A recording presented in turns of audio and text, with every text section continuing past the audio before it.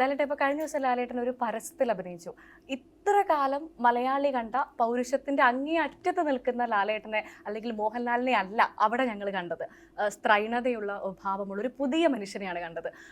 എനിക്ക് അത് കണ്ട സമയത്ത് തോന്നിയത് ലാലേട്ടൻ നല്ല രീതിയിൽ ആസ്വദിച്ച് ചെയ്തു എന്നാണ് എനിക്ക് തോന്നിയത്. ലാലേട്ടന് തോന്നിയായിരുന്നു ഇത്രയും കാലം മലയാളി എന്നെ കണ്ടത് ഇങ്ങനെയാണ്, അപ്പം ഇനി അത് പ്രേക്ഷകർ ഏറ്റെടുക്കുമോ, അവർക്ക് എപ്പോഴെങ്കിലും ഒരു സംശയം തോന്നിയായിരുന്നോ ഇങ്ങനെ ഒരു സംശയം ഉണ്ടെങ്കിൽ അത് പോയി ചെയ്യാൻ പറ്റില്ലല്ലോ. അത് എലിമെൻ്റ് ഓഫ് ഡൗട്ട് ഉണ്ടാവും. അത് മോർ ഓഫ് ഒരു ഡയറക്ടേഴ്സ് ചോയ്സ് ആണ്. പക്ഷേ വെരി തിൻ ലൈൻ എന്ന് പറയും. അത് ചെയ്ത് മോശമാണെങ്കിൽ ആ അഡ്വർടൈസ്മെൻറ്റ് നമ്മൾ ഇറക്കില്ലായിരുന്നു.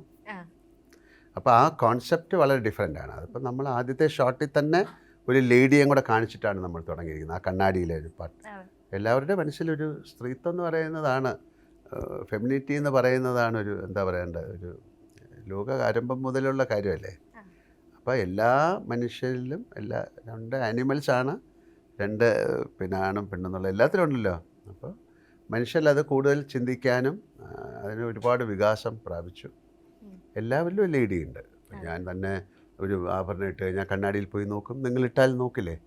ഒരു ഷർട്ട് ഇട്ടാൽ നമ്മൾ പോയി നോക്കില്ലേ? എല്ലാവരും ഒരു മിറർ കണ്ടാൽ നമ്മളെ എങ്ങനെ ഉണ്ടെന്നറിയാൻ. അപ്പോൾ ഇത് ഒരു അഡ്വർടൈസ്മെൻറ്റിന് ഏറ്റവും പുതിയ രീതിയിൽ ചെയ്യാം. എങ്ങനെ ചെയ്യാം, അത് കൂടുതൽ ആ ബ്രാൻഡിനെ എങ്ങനെ ആളിലേക്ക് കൊണ്ടുപോകാമെന്ന് പറയുന്ന ഒരു കാര്യം അദ്ദേഹം സംസാരിച്ചപ്പോൾ എനിക്കത് വളരെ ഇൻട്രസ്റ്റിംഗ് ആയിട്ട് തോന്നി. അത് തീർച്ചയായിട്ടും പ്രകാശ് വർമ്മയുടെ ബ്രില്യൻസ് തന്നെയാണ് ആ സ്ക്രിപ്റ്റിംഗ്. പിന്നെ അത് പ്രസൻറ്റ് ചെയ്യുക എന്നുള്ളത് നമ്മുടെ കാര്യമാണ്. അപ്പോൾ എങ്ങനെയാണ്, അപ്പം നമുക്ക് പണ്ട് സ്വാതി തിരുനാളിൻ്റെ ഒരു സുന്ദരൻ മറ്റേ അലിവേണി എന്നുള്ളൊരു പാട്ടിനെ കുറിച്ച് ഓർമ്മ വന്നു. അപ്പോൾ അത് നമുക്ക് ചെയ്ത് നോക്കിയപ്പോൾ അത് വളരെ ഇൻട്രസ്റ്റിംഗ് ആയിട്ട് വരാൻ സാധ്യതയുള്ള ഒരു ആഡാണെന്ന് തോന്നി.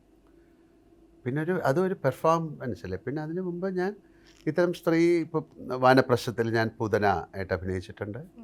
അല്ലെങ്കിൽ വേറെ സിനിമകളിൽ ഇപ്പം കമലദളത്തിലൊക്കെ ലാസ്യം എന്ന് പറഞ്ഞാൽ ഒരുപാട് അതിൽ പല ഭാവങ്ങളിലുള്ള നൃത്തരംഗങ്ങൾ ചെയ്യേണ്ടി വന്നിട്ടുണ്ട്. പിന്നെ നമ്മുടെ ജീവിതത്തിൽ അല്ലെങ്കിൽ നമ്മൾ അഭിനയിക്കുന്നതിലെല്ലാം സ്ത്രീ എന്ന് പറയുന്നതുണ്ട്. നമ്മുടെ ഇമോഷൻസിലുണ്ട്, നമ്മുടെ ആക്ടിങ്ങിലുണ്ട്, എൻ്റെ പ്രൊഫഷനിലുണ്ട്, എല്ലാവരിലും സ്ത്രീയും പുരുഷനും ഉണ്ട്. അപ്പോൾ അതുകൊണ്ട് അതിനെ പ്രസൻറ്റ് ചെയ്യാൻ സാധിച്ചു. അത് അക്സെപ്റ്റ് ചെയ്യുമെന്ന് പറയുന്നതൊരു വലിയൊരു ഗിഫ്റ്റായിട്ട് ഞാൻ വിചാരിക്കുന്നു ഈശ്വരൻ.